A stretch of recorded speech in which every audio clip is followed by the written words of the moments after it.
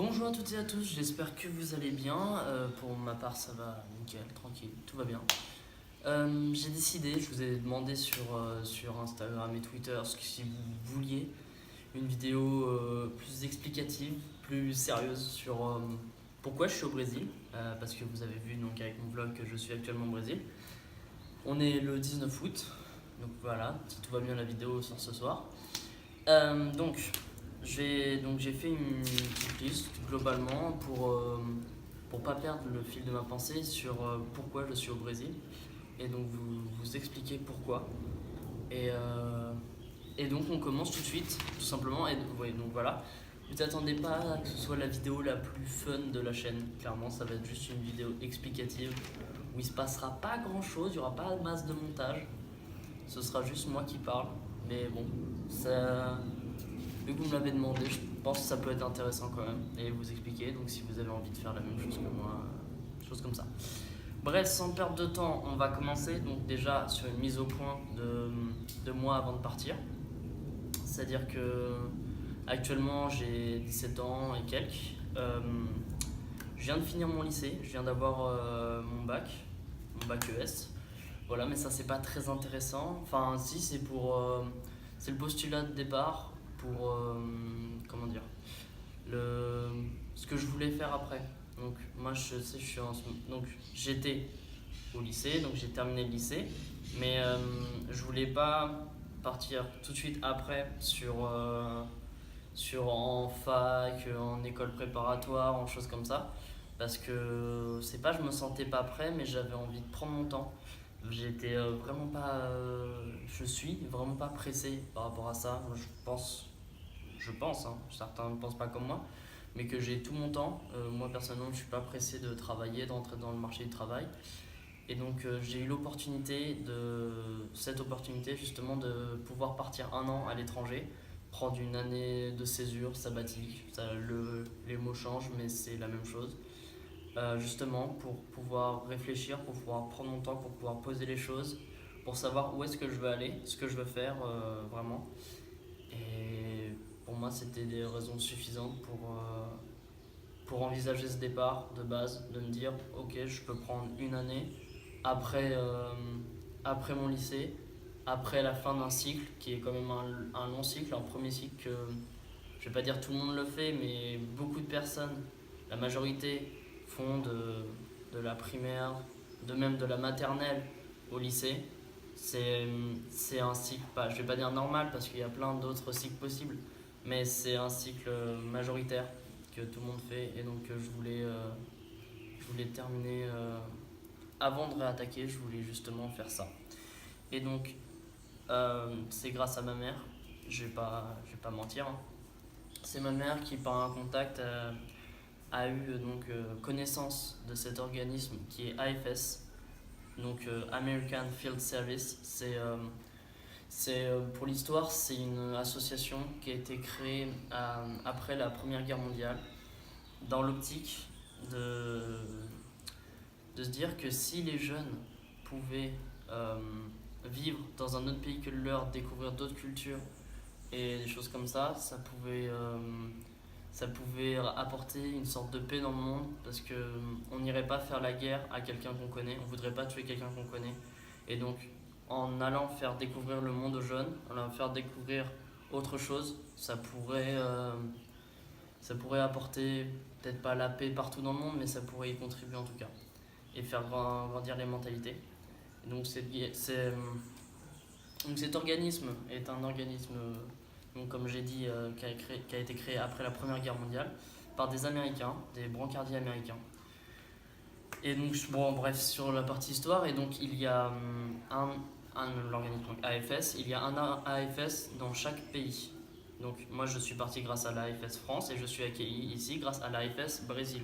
Et il y a un AFS Allemagne, il y a un AFS Italie, bref, il y a globalement, il y a un AFS par pays qui permet justement de faire partir des jeunes et d'en accueillir d'autres de chaque pays. Et donc, justement, on y vient de comment partir globalement. Euh, pour le départ, donc il y a des formulaires à remplir. C'est un peu la partie chiante, mais ça ça vaut le coup, il faut s'accrocher un peu. Donc il y a un formulaire à choisir. Niveau des dates de naissance, c'est plutôt axé lycéen ou juste sorti de lycée, c'est ce programme. Mais après, il y a je sais pas trop. Bref, mais la majorité des partants d'AFS, c'est vraiment des lycéens ou des post-lycéens. Donc comme moi je fais partie des plus vieux, des Français qui y partent. Donc bon, il doit y en avoir qui ont un an ou deux de plus que moi, mais globalement c'est cette tranche d'âge plutôt de lycée. Et donc il y a un processus donc, de choix. Donc tous les pays ne sont pas disponibles selon les dates de naissance. Donc notamment pour moi, donc bachelier, oui c'est ça le deuxième mot. Moi bachelier, il n'y a pas tous les pays qui acceptaient, notamment les États-Unis ne voulaient pas, n'acceptaient pas de bachelier. Je sais pas trop pourquoi, ils ont leur raison sûrement. Mais parce qu'en fait, on est scolarisé donc, dans le pays, on est scolarisé donc niveau lycée. On ne peut pas être scolarisé au-dessus parce que après c'est trop galère. Et donc pour être scolarisé niveau lycée, donc certains pays refusent que l'étudiant ait déjà fini le lycée. Pour des raisons, je sais pas trop pourquoi, mais voilà. Et donc j'ai dû choisir mon pays, j'en avais plus énormément de disponibles, mais donc il fallait faire un classement de 3 pays, 3 préférences classées, donc 1, 2, 3, savoir, donc voilà, juste un choix de préférence, et après à AFS France, aller voir les pays disponibles, si c'est bon au niveau des quotas, des places. Et donc moi j'avais choisi donc le Brésil en premier choix, l'Équateur en second choix et le Danemark en troisième choix. Et donc je suis content parce que mon premier choix a été validé et donc j'ai pu partir au Brésil. Mais globalement c'est le premier ou le deuxième choix, le troisième choix est un peu anecdotique. C'est pour ça que j'ai mis Danemark, on sait jamais. Mais enfin voilà. Après avoir choisi votre pays, vous rentrez dans une préparation. Ah, il faut que vous choisissiez le pays après que ce soit validé par AFS France et par l'AFS du pays. Et donc après, ou pendant l'année qui précède votre départ, donc moi pendant mon année de terminale, il y a une espèce de parcours initiatique de 4 week-ends où c'est par région globalement. Donc moi j'étais donc avec l'AFS région Centre-Val de Loire. Et donc on se regroupait tous les Français qui partaient à l'étranger donc cette année et les étudiants qui étaient accueillis en France pendant cette période, donc pendant mon année. Et donc il y a 4 week-ends qui sont définis avec des activités pour tester, pour voir si le jeune est capable de partir. Et c'est un peu technique, mais c'est vraiment sympa, ça permet de découvrir d'autres jeunes français et de parler avec d'autres jeunes étrangers. Notamment, moi, il y avait un Brésilien qui était accueilli dans ma région, donc j'ai pu beaucoup parler avec lui avant mon départ. Et ça m'a beaucoup apporté, mine de rien. Et c'était vraiment sympa. Enfin bref, tout ça pour dire que donc, la préparation, il y a une grosse préparation. On nous dit pas, bah tiens, t'as ton billet, tu pars, et c'est comme ça. Non, il y a une grosse préparation, on a nos familles d'accueil longtemps à l'avance. On a tous des dossiers descriptifs de ce qu'il faut faire, ce qu'il ne faut pas faire. Bref, c'est un peu de la paperasse, mais c'est vachement utile. Et donc ça nous aide. Et donc voilà, clôture, je crois que j'ai à peu près tout dit sur la préparation. Et donc après vient donc, le fameux départ. Donc après votre année de préparation, globalement, même si c'était assez, pas léger, mais c'était assez écarté, c'était quand même une année de préparation, ouais, faut quasiment s'y prendre un an à l'avance. Et bah c'est le voyage. Et donc le voyage, bah, vous avez eu un petit aperçu justement avec mon magnifique vlog. J'ai rien à ajouter dessus. Donc globalement, qu'est-ce qui s'est passé sur mon départ? C'était le 2 août. Je suis parti donc à 17h et quelques. J'avais mon train qui partait donc de Tours pour aller à l'aéroport de Paris-Charles de Gaulle. Non, Roissy-Charles de Gaulle. Et donc voilà, Tours, Roissy-Charles de Gaulle. Après, de Roissy-Charles de Gaulle, j'ai retrouvé. On était 3 en tout, à part des Français, à partir au Brésil. Donc, on s'est retrouvés nous 3. On a pris l'avion ensemble. Donc, on est allé jusqu'à Rio. voilà, donc 11 heures de vol, c'était magnifique. Bon, vous avez vu un petit peu dans le vlog. On est arrivé à Rio le lendemain matin à 5 heures du mat. Voilà, on a retrouvé d'autres. Il y avait des gens d'Allemagne, du Danemark et de Suède, je suis plus trop sûr. Mais voilà, on était beaucoup de jeunes qui étaient partis, enfin qui venaient juste d'arriver au Brésil. Et donc après, on a été redispatchés dans l'aéroport de Rio selon la région où est-ce qu'on allait. Donc moi, je suis à Salvador de Bahia, donc dans la région de Bahia. Donc je suis parti, on était quatre de ce groupe d'accueillis qui partaient vers Bahia, donc on a pris le même avion, Salvador de Bahia. Donc voilà, on a pris l'avion et puis après bref, on est arrivé à Salvador, il était genre midi et quelques. Et après, chacun on s'est dispatché dans nos familles. Et voilà. Moi j'ai une petite particularité, c'est que il y a eu j'avais mal compris l'information. C'est que ma première famille, qui je pensais était ma famille définitive, en fait se trouvait être une famille temporaire. Qu'est-ce qu'une famille temporaire? C'est une famille qui accueille le jeune le temps qu'une famille définitive soit trouvée. C'est temporaire, c'est pas très compliqué à comprendre. Voilà, c'est juste ça. Et donc moi j'ai passé 2 semaines donc, dans cette famille. Donc cette famille, là où il y avait le grand jardin, la piscine, ce que vous avez vu dans le vlog, globalement. C'était sympa, je me suis très bien entendu avec mon frère d'accueil qui avait exactement le même âge que moi. Avec la mère, c'était un peu compliqué parce qu'elle parlait pas un mot d'anglais, donc un peu technique, mais bon, c'était des petits détails. Et donc, j'ai passé 2 semaines qui étaient très cool, on a fait un petit peu des activités. Mais depuis vendredi dernier, donc là on est dimanche, donc depuis vendredi, je suis dans cette nouvelle famille, donc toujours à Salvador. Enfin, je suis pas vraiment à Salvador, mais bref, c'est un détail. Je suis dans cette nouvelle famille qui est très sympa. Donc j'ai une mère, putain, une mère, un père d'accueil et 2 sœurs. Donc une qui est plus vieille que moi, qui a 3 ans de plus, et une qui est plus petite, elle doit avoir, je sais pas, 12-13 ans. Donc voilà, c'est très cool. Et puis il y a un magnifique chien. Wesh, ça va. Et voilà, donc c'est la nouvelle famille. Oh, il est mignon. Il est mignon. Voilà, donc c'est en gros ma nouvelle famille qui sera ma famille définitive jusqu'à la fin. Et en parlant de la fin, justement, je rentre. Bon, ma date de départ, donc oui, donc c'est pour une année que je suis ici au Brésil. Et donc je rentre en juin 2019, donc comme une année scolaire française en fait, globalement. Un peu plus long vu que je suis parti en août.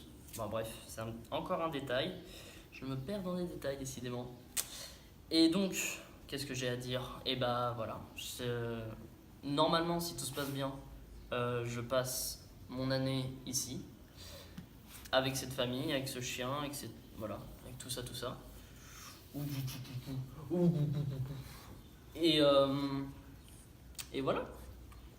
Qu'est-ce que j'ai à dire de plus? Oui, je sais pas si je l'ai déjà dit, mais je suis donc scolarisé. Je ne suis pas en vacances comme certains peuvent le penser. Je vais au lycée tous les matins de la semaine. J'ai fait ma rentrée bien avant vous, ça fait déjà 2 semaines moi que j'ai fait ma rentrée. Donc arrêtez de dire que je suis en vacances s'il vous plaît.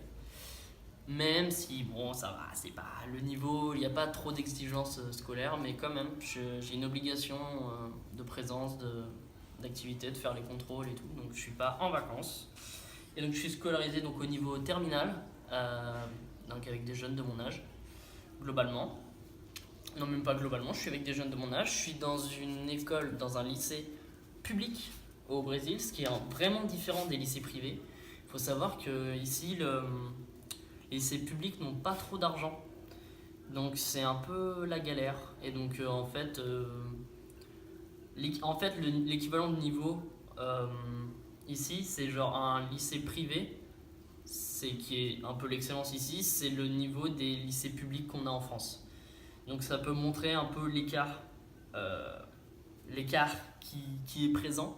Et donc le lycée public, je vous laisse imaginer, c'est assez bas comme niveau. Il faut savoir, petite anecdote, c'est que je parle mieux anglais que ma prof d'anglais.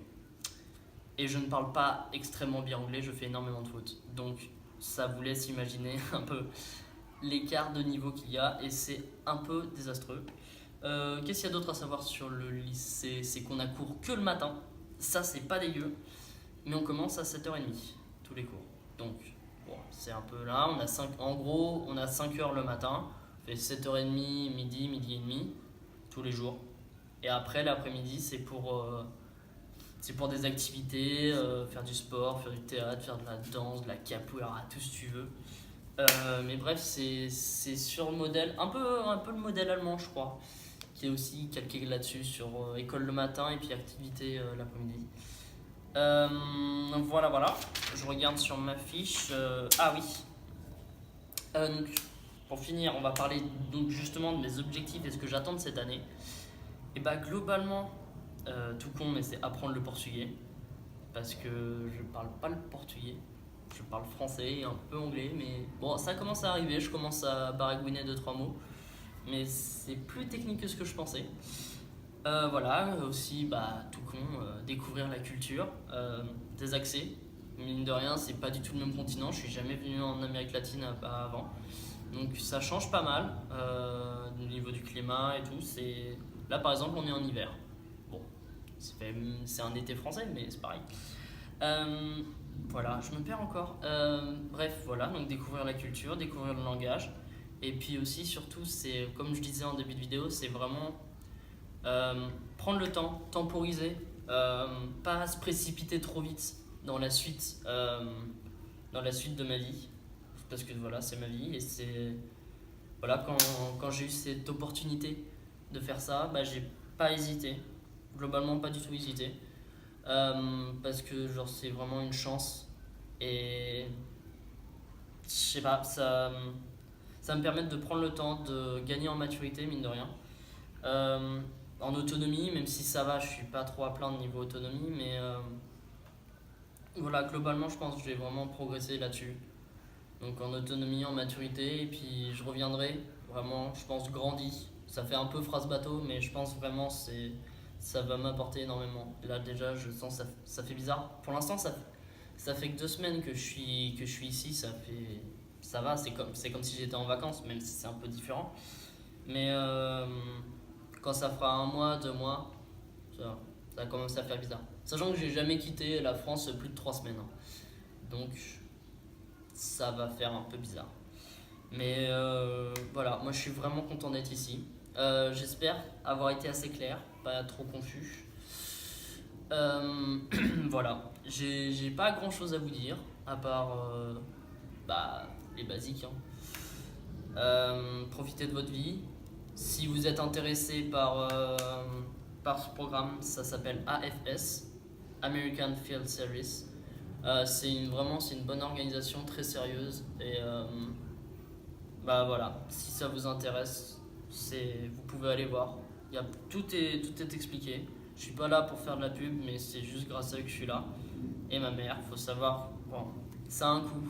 Je vais pas le mentir, ça a un coût. C'est pas gratuit. Donc c'est pas un investissement pour l'avenir, mais presque. Et voilà, si ça vous intéresse ou si c'est comme ça, enfin, je trouve ça vraiment important. Donc voilà. Je crois que j'ai fini cette fois. Qu'est-ce que j'aurais d'autre à dire? Rien du tout, je pense. Voilà, tout le blabla. Si vous avez aimé la vidéo, laissez un pouce bleu. Partagez, abonnez-vous.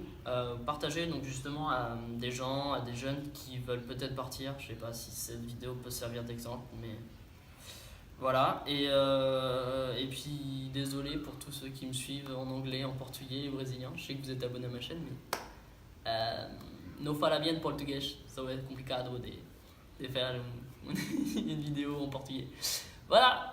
Donc voilà, bisous.